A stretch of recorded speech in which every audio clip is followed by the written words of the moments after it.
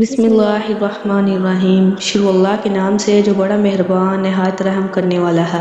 अस्सलामु अलैकुम प्यारे दोस्तों, उम्मीद है कि आप सब खैरियत से होंगे। मेरी दुआ है कि अल्लाह रब्बुल इज़्ज़त आपको खैर व आफियत से रखे। प्यारे दोस्तों, आज की वीडियो में हम बात करेंगे 22 रजब को कूंडे खाना हराम है या नहीं। रजब के महीने में कोई ख़ास इबादत नहीं है जिसका शरीयत में हुक्म हो।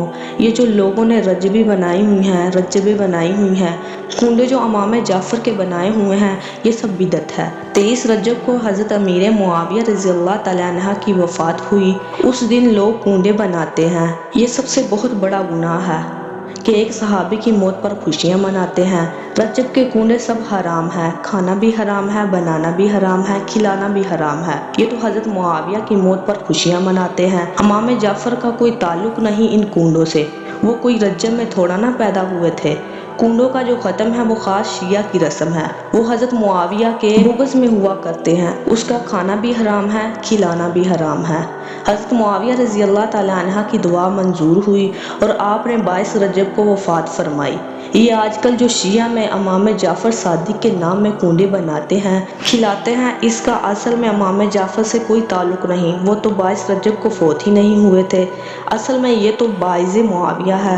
वो हज़रत मुआविया की मौत पर खुशी मनाते हैं, इसलिए कूंडे बनवा के खिलाते हैं। और एक, मैं गैरों की बात नहीं करती, अपनी बात करती हूँ।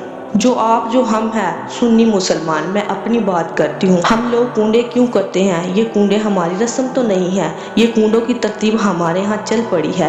ये इस्लामी मामला तो नहीं है। ना ये कुरान में है, ना ये हजूर के फरमान में है, ना सहाबा के अहकाम में है, ना अहले बैत के ईमाल में है। जब कुरान में नहीं है, सुन्नत में नहीं है, इजमा में नहीं है, हमारी औलिया ने, इम्मा ने, सहाबा ने, अहले बैत ने, किसी ने नहीं की। ये 1906 में लखनऊ में रस्म शुरू हुई है, हम उसको अपना के बैठ गए हैं। अल्लाह ताला हमें इस बुरी रस्म से बचने की तौफीक अता फरमाए और सहाबा के नक्शे कदम पर चलने की तौफीक अता फरमाए। आमीन।